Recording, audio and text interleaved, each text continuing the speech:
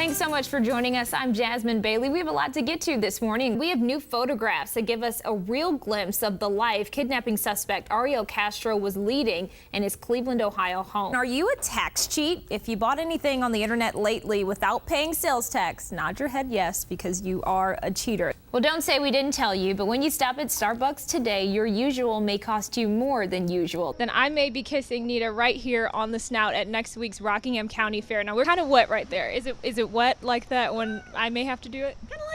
Kind of like a dog's nose, you know, kind of moist. You're not seeing things. That is really a bus driver driving through a flooded road. Now to that breaking news out of Harrisonburg. A 2-year-old girl is in the hospital after her mother put the car in reverse and rolled on top of her. Thanks, Carly and Brendan. We're going to check in on our forecast with meteorologist Jay Webb. And Jay, I just stepped outside, just get a little fresh air. You can kind of feel that moisture hitting your skin. I don't know how fresh that air is. Oh, you're the type of person who walks down the street with their cell phone glued to your ear. This message may be for you. Police say if you want to keep yourself safe, you should walk with a purpose, pay attention, and get to where you're going. Nearly 3,000 kids need something to open on Christmas Day. So what we're trying to do is fill up this entire truck. I got to get on this ladder. This is where I think it comes in. We talk about it. I don't think a lot of men talk about, you know, what they're stressed about and problems going on. No, seriously.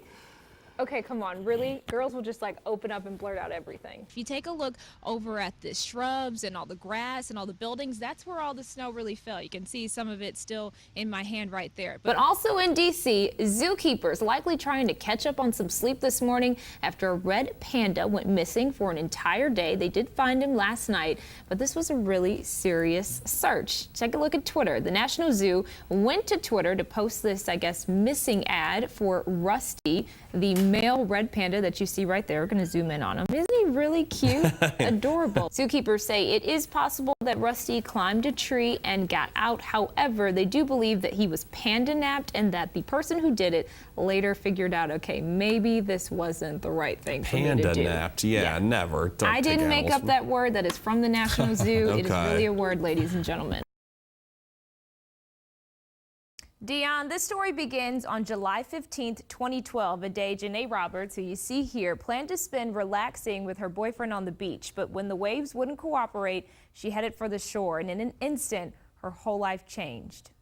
Help, help, but I'm slowly losing energy. Moments before Janae Roberts' surfboard got caught in sand, the fin slashed straight through her. Nerves, my veins, my muscles. Strangers got her to shore. 30 minutes passed on the beach, another 30 to the hospital before hearing, We need to life flight her to Norfolk.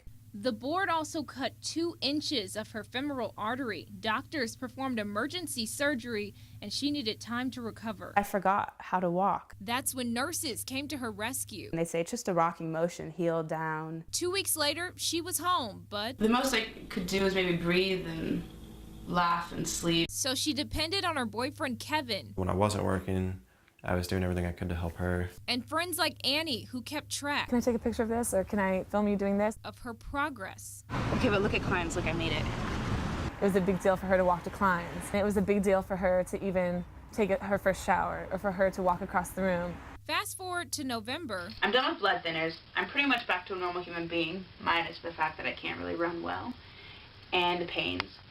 And in order to celebrate, I bought a bike. That celebration continues this summer when Janae, Kevin, and Annie bike from Georgetown, D.C. to Seaside, Oregon. I mean, if I almost lost my life and my leg, but I'm gonna bike across the United States. You know, go for your dreams and goals and passions and explore life and feel it. Here's what she'll feel. Total recovery. Amidst the sounds of shopping carts and feet, Good morning. there's a friendly voice and sound. A bell Daryl Jones has rang Good morning, sir. for 20 plus years. It's 9 to 10 hours a day, and we're out for 6 days a week. Good morning, ladies. He uses his vacation time to do it. I am blessed. How are you? The majority of it, at least. I get a week at the beach, right? It may seem like a lot to you, but not Daryl. Everybody is granted 16 hours a day. You get 2 shifts awake, 1 shift sleeping. Okay. So the question is, what are you going to do with your 16 hours? He's certainly found his calling. I stand out here with a little bell and raise tens of thousands of dollars. Sometimes more than $1,000 in one day. But how? First thing I do is, before I ever come out, I pray. And when he's not there, I missed 3 days. And you showed up on those days. he has some explaining to do. That's what it was. It's this thought, though, that keeps him coming back. And it's remarkable, what a difference one person can make. So will he ring next year? Lord willing, he's brought me here 20-some years. Lord willing, he'll do it again.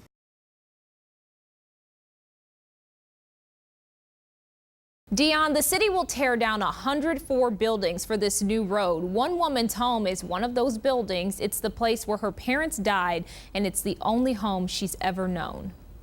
After I went and signed the papers and everything, I came home and just cried. As Dawn Hottinger and I walked around her home, You got a lot of memories. we both realized it'd be gone by summer. It's going to be a big difference out here.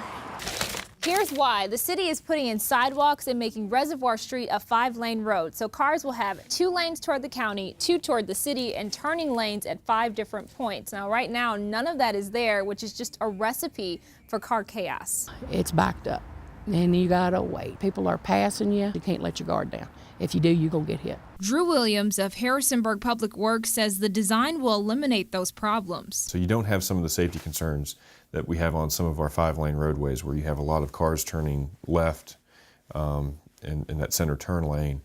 It's really to help keep traffic moving. That's something Hottinger says wasn't really a choice. With the way that they put it to you, you either sell it or we will come in and take it. For Williams, every deal was fair. We're paying them for the loss of their house that they can then use as a down payment. But Hottinger says they forgot the small things. You got to get water hooked up at a new place.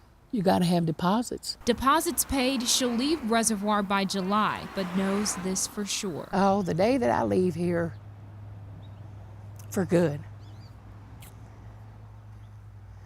I really think it's going to be one of the hardest days I've ever had in my life.